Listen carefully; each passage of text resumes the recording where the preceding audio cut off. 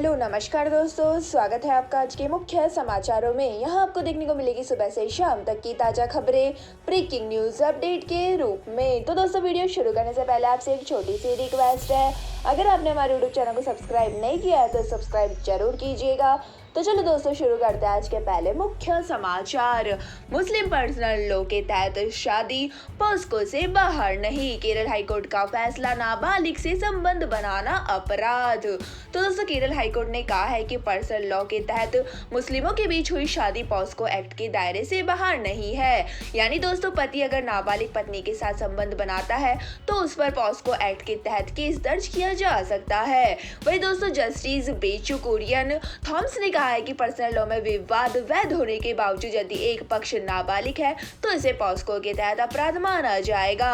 वही दोस्तों, justice Thomas ने कहा है कि वे पंजाब हरियाणा हाईकोर्ट और दिल्ली हाईकोर्ट के दृष्टिकोण से सहमत नहीं है, जिसमें कोर्ट ने एक मुस्लिम लड़की जो 15 साल की हो चुकी है उसे अपनी पसंद से शादी करने का अधिकार दिया था और पति के नाबालिग लड़की के साथ शारीरिक संबंध बनाने पर पॉस्को के तहत केस दर्ज करने से छूट दी गई थी।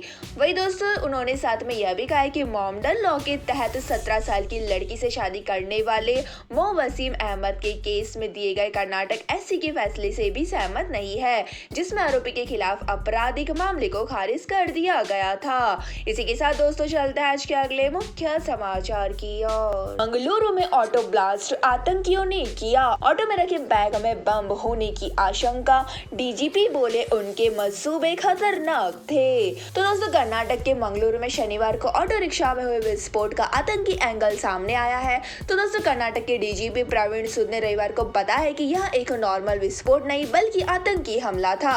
और दोस्तों, उन्होंने कहा है कि विस्फोट में ज्यादा नुकसान तो नहीं हुआ है, लेकिन यह हमला बड़ा नुकसान पहुंचाने के इरादे से किया गया था। वही दोस्तों, मंगलुरु में शनिवार शाम करीब 5 बजे एक ऑटो रिक्शा में विस्फोट हुआ था। तो दोस्तों, जिसमें 2 लोग घायल हुए थे और कर्नाटक के होम मिनिस्टर अराका ज्ञानेंद्र ने रविवार को कहा है कि आशंका जताई जा रही कि आतंकी घटना है। और दोस्तों, इसी के साथ ही राज्य पुलिस अब केंद्रीय एजेंसियों के साथ मिलकर मामले की बारीकी से जांच कर रही है। तो दोस्तों, सूत्रों के अनुसार आपको बता दें कि एक यात्री ने रिक्शा में बैग रखा था और माना जा रहा है कि इसी बैग में विस्फोटक सामग्री यानी बम रखा गया था।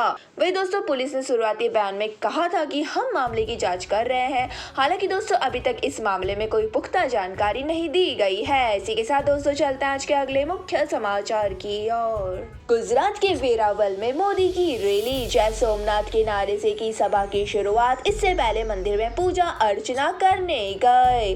तो दोस्तों, गुजरात विधानसभा चुनाव से पहले प्रधानमंत्री नरेंद्र मोदी वेरावल के सदवना मैदान पहुंचकर लोगों को संबोधित किया और दोस्तों, उन्होंने जय सोमनाथ के नारे से सभा की शुरुआत की। इससे पहले दोस्तों, सोमनाथ मंदिर में पूजा अर्चना करने गए और यहाँ पीएम ने भगवान भोलेनाथ का पंचामृत अभिषेक भी किया। तो दोस्तों, चांदी के कलश से शिव जी को जल चढ़ाया और दोस्तों, सोमनाथ द्वादश ज्योतिर्लिंग में शामिल है। वही दोस्तों, पीएम 5 साल बाद सोमनाथ पहुंचे हैं और इससे पहले वे 2017 में यहाँ आए थे। तो दोस्तों, आपको बता दें कि पीएम ने कहा है कि 2 दशक पहले तक गुजरात कितना पिछड़ा था और समुद्र किनारे के इलाकों में सिर्फ खारा पानी था और हमारे लिए पीने का पानी तक नहीं था, लेकिन आज गुजरात कहाँ है इसे पूरी दुनिया देख रही है। आज समुद्र किनारे का यह एरिया पूरी दुनिया में चमक रहा है। इसी के साथ दोस्तों, चलते हैं आज के अगले मुख्य समाचार की ओर। बॉक्स ऑफिस पर दृश्यम 2 का कमाल, दूसरे दिन करीब 22 करोड़ का कलेक्शन किया, बजट का आधा हिस्सा निकला। तो दोस्तों, अजय देवगन स्टारर दृश्यम 2 ने 2 दिनों में शानदार कलेक्शन कर लिया है। तो दोस्तों, फिल्म ने रिलीज के दूसरे दिन 21.59 करोड़ रुपए की कमाई की है। वही दोस्तों, इस तरह फिल्म ने 2 दिन में करीब 37 करोड़ का बॉक्स ऑफिस पर कलेक्शन कर लिया है। साथ ही दोस्तों, 15.38 करोड़ के फर्स्ट डे कलेक्शन के साथ दृश्यम 2022 की दूसरी सबसे बड़ी ओपनर भी बन गई है। वही दोस्तों, फिल्म को लेकर काफी पॉजिटिव रिस्पांस सुनने को मिल रहा है और आने वाले दिनों में फिल्म की कमाई बढ़ने से काफी चांसेस है। वही दोस्तों, आपको जानकारी के लिए बता दें कि करीब 60 करोड़ में बनी इस फिल्म में 2 ही दिनों में अपना बजट का आधा हिस्सा निकाल लिया है और हिट होने की राह में एक और कदम बढ़ा लिया है। वही दोस्तों, ट्रेड एनालिस्ट तरन आदर्श ने फिल्म का कलेक्शन शेयर करते हुए अपने सोशल मीडिया अकाउंट पर लिखा है कि दृश्यम 2 ने दूसरे दिन दिन कमाल कर दिया।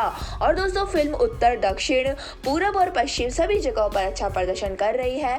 वहीं दोस्तों मल्टीप्लेक्स में फिल्म शानदार रन कर रही है। तो दोस्तों शुक्रवार को 15.38 करोड़, शनिवार को 21.59 करोड़ और दोस्तों कुल रुपए 36.97 करोड़ है। इसी के साथ दोस्तों चलते हैं आज के अगले मुख्य समाचार की ओर। ठंड और स्मॉग में फिर खराब हुई राजधानी की हवा, पराली की घटनाओं में आई कमी, फिर बढ़ रहा पॉल्यूशन।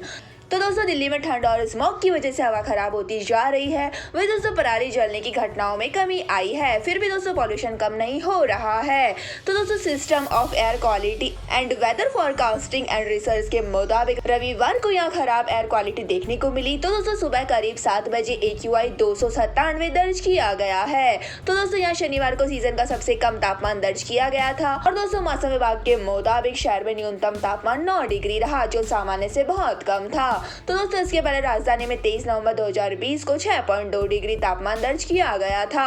उसके बाद से यहाँ पहला मौका है कि यहाँ सबसे कम तापमान रहा है। तो दोस्तों आपको बता दें कि राजधानी के 14 इलाकों में सबसे खराब हवा दर्ज की गई है और आनंद विहार में सबसे ज्यादा हालत खराब है। तो दोस्तों यहाँ AQI 378 दर्ज किया गया। इसके अलावा दोस्तों अलीपुर में 312, शादीपुर में 304, द्वारका में 320, ITO में 318, नेहरू नगर में 309, पटपड़गंज में 314, सोनिया विहार में 321, जहांगीरपुरी में 326, रोहिणी में 311, विवेक विहार में 316, बवाना में 313, मुंडका में 308 और दोस्तों AQI 301 से 400 तक बहुत खराब माना जाता है। तो दोस्तों लिहाजा इन इलाकों में लोगों को सांस लेने में भी मुश्किल हो रही है।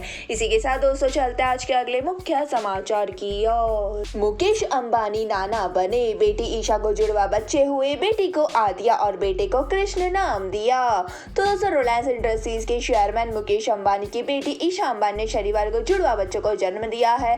तो दोस्तों ईशा रिलायंस रिटेल का बिजनेस संभालती है।